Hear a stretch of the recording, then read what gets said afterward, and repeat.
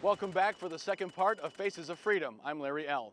Being aboard the USS John F. Kennedy is being part of U.S. naval history.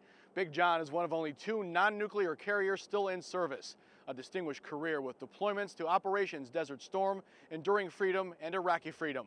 From here we continue the Village's media group's salute to America's seaborne heroes. A mere 150 minutes nearly decided the war in the Pacific. That's all the time it took for the Japanese planes to decimate the U.S. fleet at Pearl Harbor. While most Americans learned about the day of infamy from President Franklin Roosevelt, gunner's mate Gerald Peas witnessed the destruction that told 8 battleships, numerous aircraft, and nearly 2,400 American lives. Christine Eschenfelder has his story. 1939, Gerald Peas, barely 18 years old, enlisted in the United States Navy. 1941 would find him stationed at Pearl Harbor as a gunner's mate. The sound is more apt to give you trouble than the firing itself. But it was quiet that Sunday morning, December 7th. Peas had been sleeping in the barracks because his ship was undergoing overhaul. I heard all this noise, and so I went out and looked, and I saw the torpedo bombers drop the torpedoes and hit the Oklahoma. I saw the Arizona blow up because the bomber come in and dropped the bomb down the stack. And I thought, boy, this is serious. So I jumped in my car and went down to the ship. I knew where the only ammunition on board the ship was in the abandoned ship magazine. And I had the key, so I got the rifle and the 30 caliber machine ammunition out, took it out on the pier and started shooting at airplanes with a rifle.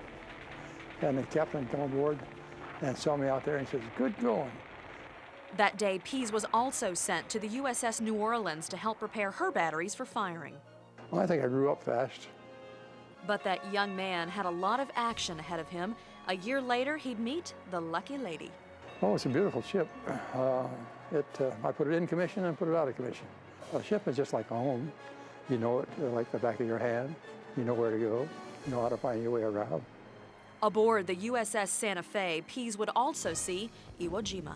That was an amazing thing because we had had so much experience in bombarding that they put us right up 1,000 yards from the beach, and the Marines would give us a spot to shoot at, and we'd shoot a white phosphorus projectile because it made a lot of smoke. Ships as far as you could see, you know, you didn't know there were that many ships in the Navy. In 1981, Peas was discharged. And I had to get out at 60. They wouldn't let me stay in any longer. 38 years of service for the loyal gunner's mate. Well, I enjoyed it. For Faces of Freedom, I'm Christine Eschenfelder.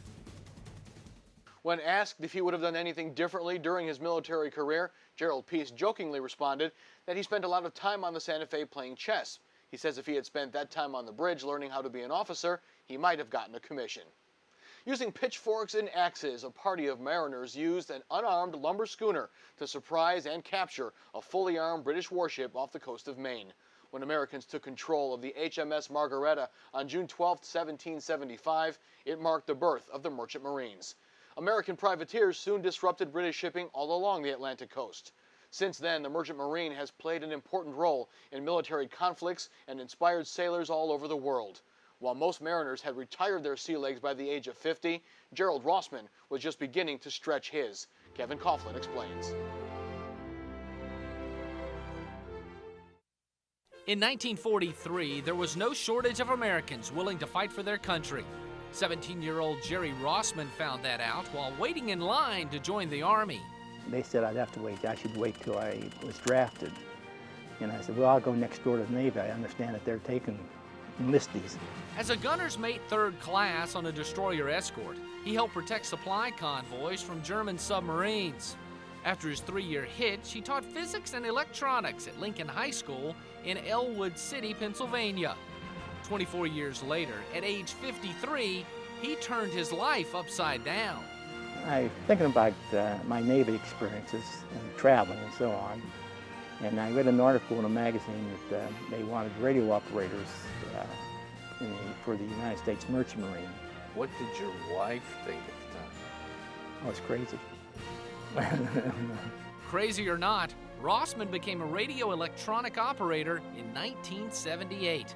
And for the next 18 years, he worked on 30 different ships traveling around the world. Ports of call in Central America, Asia, Africa, and the Middle East. Oh yeah, I got to see quite a bit, yes. He may have seen much of the world, but long periods of time away from home didn't leave much time to see his family. Sometimes I'll be gone over 6 months at a time, and that was hard on the wife. I think she missed me. But every so often, the long voyages could be shared. If it wasn't a military charter, my wife could go with me. So we went on a trip to Egypt, and she was with me, and Egypt, Ethiopia, and Sudan. She enjoyed it very much. She really liked it, and she never got seasick. In 1996, Rossman completed his final voyage with the United States Merchant Marines, leaving behind many wonderful memories. Now, at age 81, does he ever get the urge to hit the high seas again? No, I'm too old. In his 18 years with the U.S. Merchant Marine, Rossman worked aboard 30 different ships and traveled all around the world. When Faces of Freedom, America's Seaborne Heroes continues. We went to full battle stations torpedo. We had everything ready except opening the outer doors, flooding the tubes, and hitting the fire button. We'll dive below the surface in submarine warfare during the Cuban Missile Crisis. Stay with us.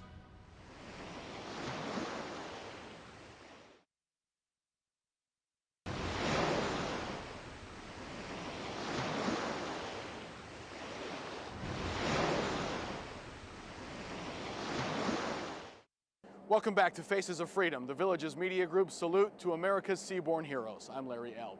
Silent rulers of the deep, submarines made up only 2% of the U.S. Navy's total force in World War II. Yet they were responsible for sinking about 1/2 of Japan's merchant ships and about 1/3 of the Imperial Navy's warships. Those same subs would later confront another threat to the United States during the Cuban Missile Crisis, a conflict where Ivan Jocelyn was nervously poised to fire a shot that could have potentially exploded into nuclear war.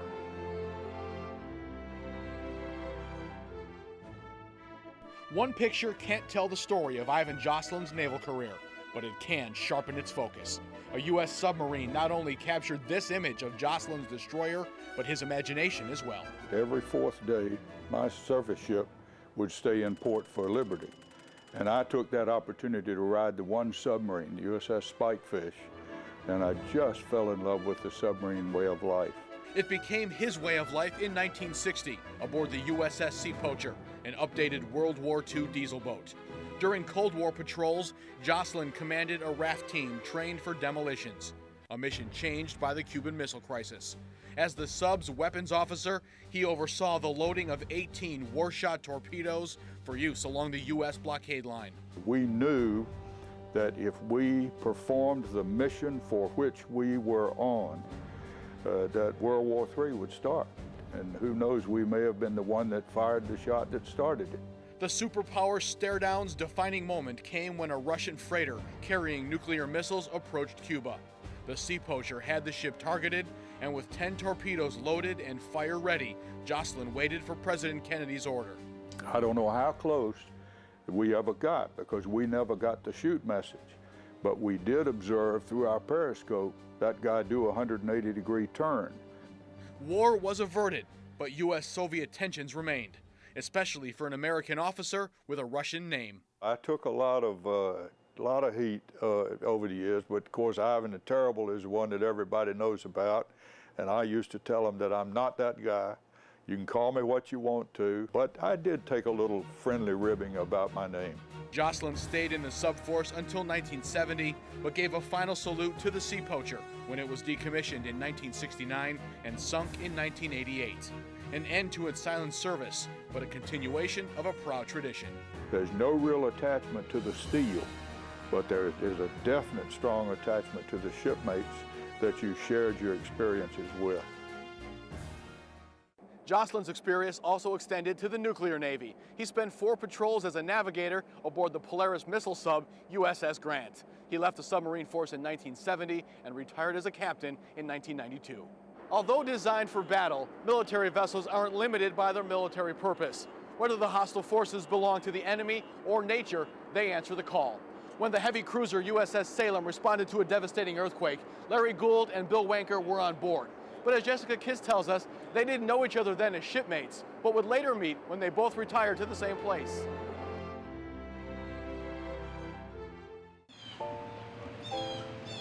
Who was your favorite skipper in Salem? I don't even know. It's been 53 years since Bill Wenker and Larry Gould were in the same place at the same time.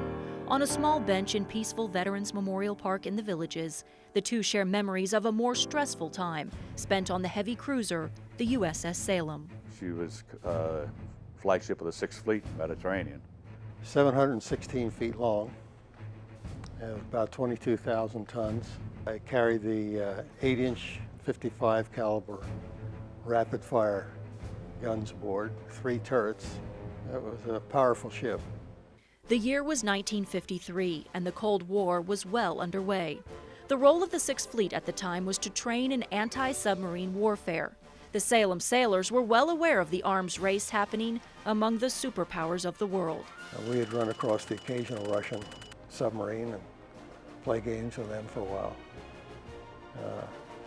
Until they brought the nukes in, and then they were so fast, we had to develop a whole new set of tactics to deal with a submarine that went that fast. Neither Wenker, the junior officer of the gunnery's 2nd Division, nor Gould, the leading petty officer of the electronics technicians, remember any truly threatening moments aboard the Salem. But there is one particular event both men vividly recall. We were at sea and received the call that there had been this earthquake in Argostolion, Greece. It turned out we were the closest American ship to it, and we had a lot of supplies and stuff like that, medical people on board that could help. So they kicked it up to about 30 knots all night long. We knew we were going somewhere, and we knew we were going there in a hurry. Disaster assistance was something the crew was prepared for, but not accustomed to. I'd never experienced anything like that before. I saw these mannequins laying in the street, and they weren't mannequins, they were people who had been killed by the earthquake. You were in communications during the earthquake. Whether it's discussing the land-to-ship radio system Gould assembled, or Wenker's efforts to locate survivors, the earthquake uncaps one of many memories these shipmates and neighbors now share. For Faces of Freedom, I'm Jessica Kiss. Both Gould and Wenker are members of the USS Salem Association. And since our interview, Gould says he met another Villages resident who also served aboard the USS Salem the same time he and Wenker did. When Faces of Freedom continues. Not take it for granted that they are living in a free country and that they can go to church where they want to go and go to school where they want to go. Live where they want to live. The reason the men and women of our country's military do what they do. The story of the Coast Guard's Marion Howard when we return.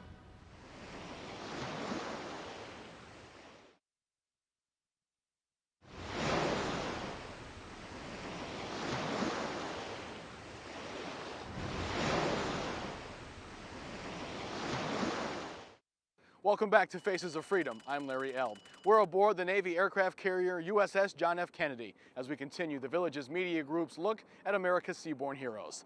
Heroes come in all shapes, sizes, and genders, and they don't always have to fight on the front lines to earn that distinction. Heroism can be measured by a person's spirit and heart. One example is Marion Howard. Susan Koljassar explains. When Marion Howard looked out over Cape Cod in 1944, she wasn't just admiring the view. Her eyes were on the lookout for an enemy invasion. At that point in my life, I wasn't afraid of anything. But it was supposed to be a dangerous place because they thought that the Germans were putting people ashore along the coast there from submarines. Though she was female, had no brothers, and her father was unable to serve, there was no question in her mind about enlisting. In 1941, when Pearl Harbor was attacked, everybody was patriotic. Everybody was ready to go do what they needed to do for their country. My mom wasn't very happy. I had to have a parent sign for me and Dad sign. In addition to her Coast Guard radio duties, Marion also volunteered at Haddon Hall, a nearby Army hospital. I met soldiers who had lost both hands, who had lost both legs. For the guy who lost both hands, I often fed him. What Howard witnessed in that hospital offered her a perspective most Americans would never get, a first-hand appreciation of the sacrifices often required to safeguard freedom. Back then, the media was not covering the war like it does today, and people back home didn't know what was going on, except what you got to see when you went to the movies in the newsreel. And you didn't get to see the guys that were hurt. All you heard about were casualties. From looking out to looking back, memories of that tumultuous time left a lasting impression and have helped influence her outlook on life. Well, I have a feeling that if everybody did a little bit to make the world a better place than they found it, this would be a wonderful place to live. It's great to give if it's nothing more than a smile. For Faces of Freedom, I'm Susan Kolchasar. 62 years later, Marion continues her giving ways. She recently volunteered in several prison systems, counseling inmates on the spirit of life. Still to come. I must have lost 40 pounds in that 18, 20 days. I went down to nothing, practically. Life in a Japanese prisoner of war camp, as seen through the eyes of Earl Anderson, when the Village's media group's presentation of Faces of Freedom continues.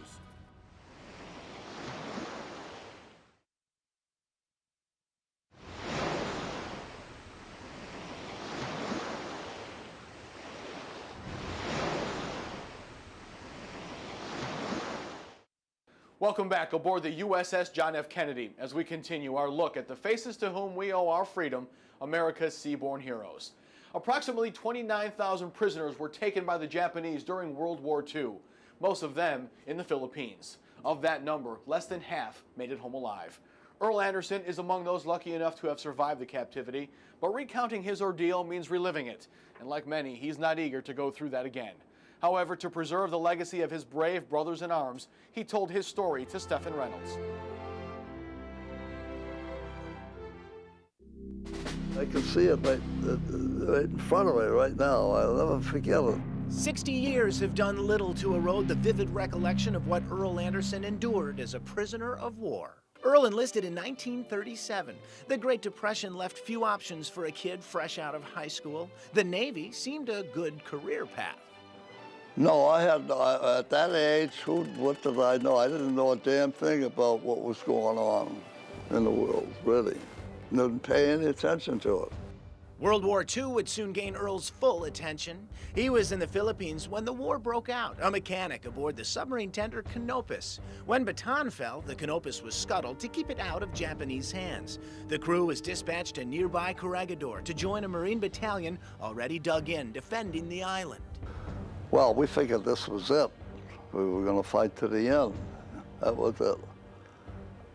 We didn't expect to get out of there alive. General Jonathan Wainwright eventually surrendered Corregidor. There were 10,000 American troops on the island. It was on I think it was May the 5th, 1942. That was when I was taken prisoner. Earl's younger brother Walter was 16 at the time. We found out some. The family found out. We didn't talk about it much. But it did come through that he was taken prisoner. That's all we knew. And at that time, I said to myself, this is survival. I'm going to survive this one way or the other. And that was on my mind almost all the time I was a POW. That determination kept Earl Anderson alive for 42 months in captivity, and freedom did not end the ordeal. It took me months before I could actually accept the fact that I was back in life again. Family helped Earl reconnect. Did it feel good to be back with your brother? Oh, heck yeah. A wife also helped him heal. Earl and Penny were married for 54 years before she passed away. It was her idea to display his many medals. To this day, not as big a deal to Earl. I never gave them much thought, really, to tell you the truth. Never gave them much thought. But one thing he has contemplated every living day since being set free: how to make the most of that precious gift so many died for. I'll tell you what it made me do more than anything else. I live one day at a time. I live every day as it comes. And here I am. Earl is a resident of Spruce Creek South, and Walter has a place in Recreation Plantation. Earl was the first to migrate south, and then Walter followed along to make the most of their time together. When Faces of Freedom continues. Well, come first light, everybody looked over the railing. There was nothing but sharks out there. So thank God we didn't have to jump overboard. When two ships collide, the story of Lieutenant Charles Press and the USS Brownson, when America's Seaborne Heroes returns.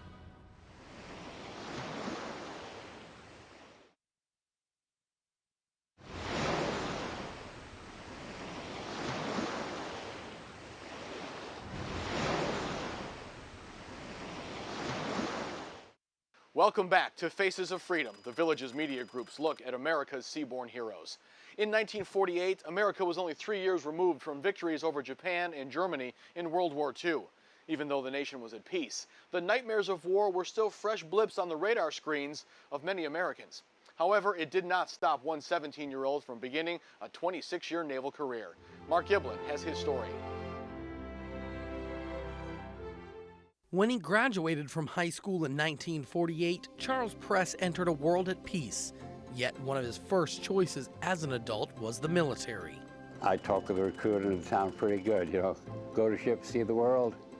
That was fine. So I made my decision right there. From there, his naval career began with electronics training aboard the destroyer USS Brownson.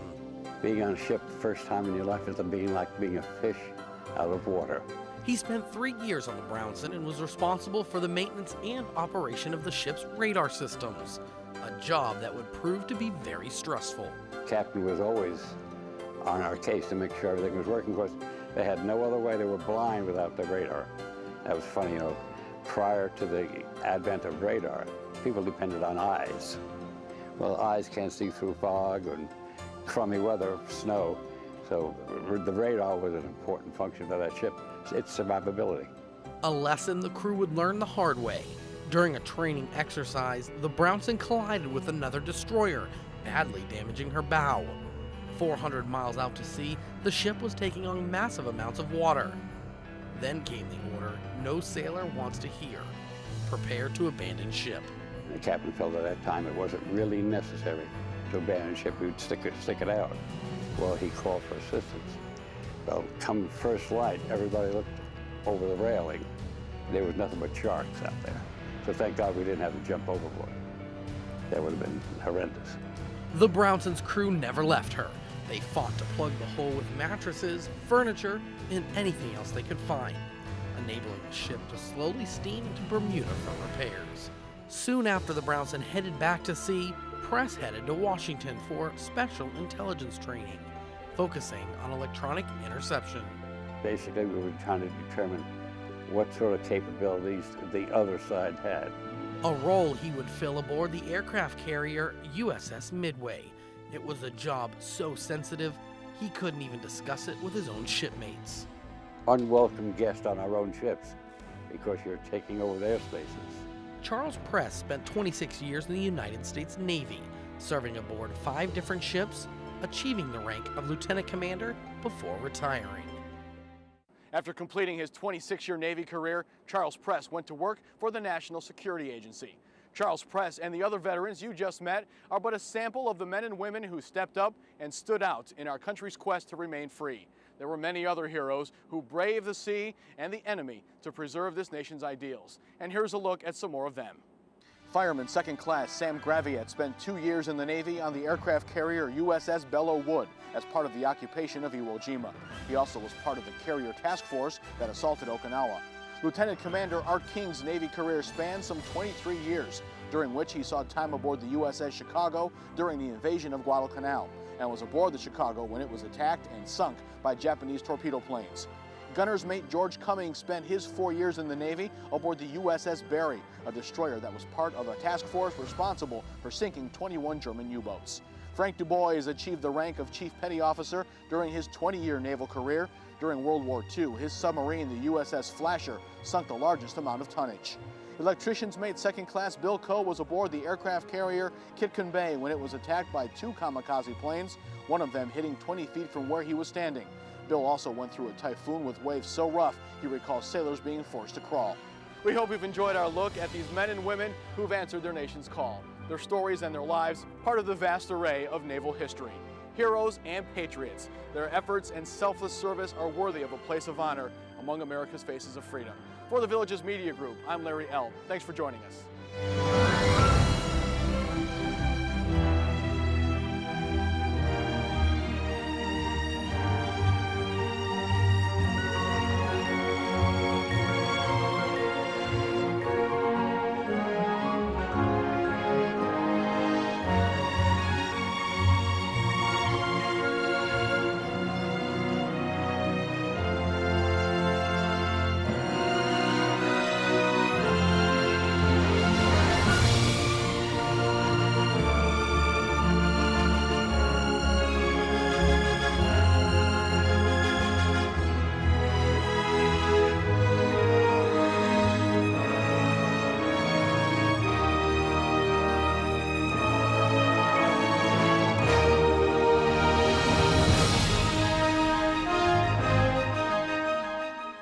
Faces of Freedom, America's Seaborne Heroes was presented by the Villages Media Group in partnership with Properties of the Villages and Comcast.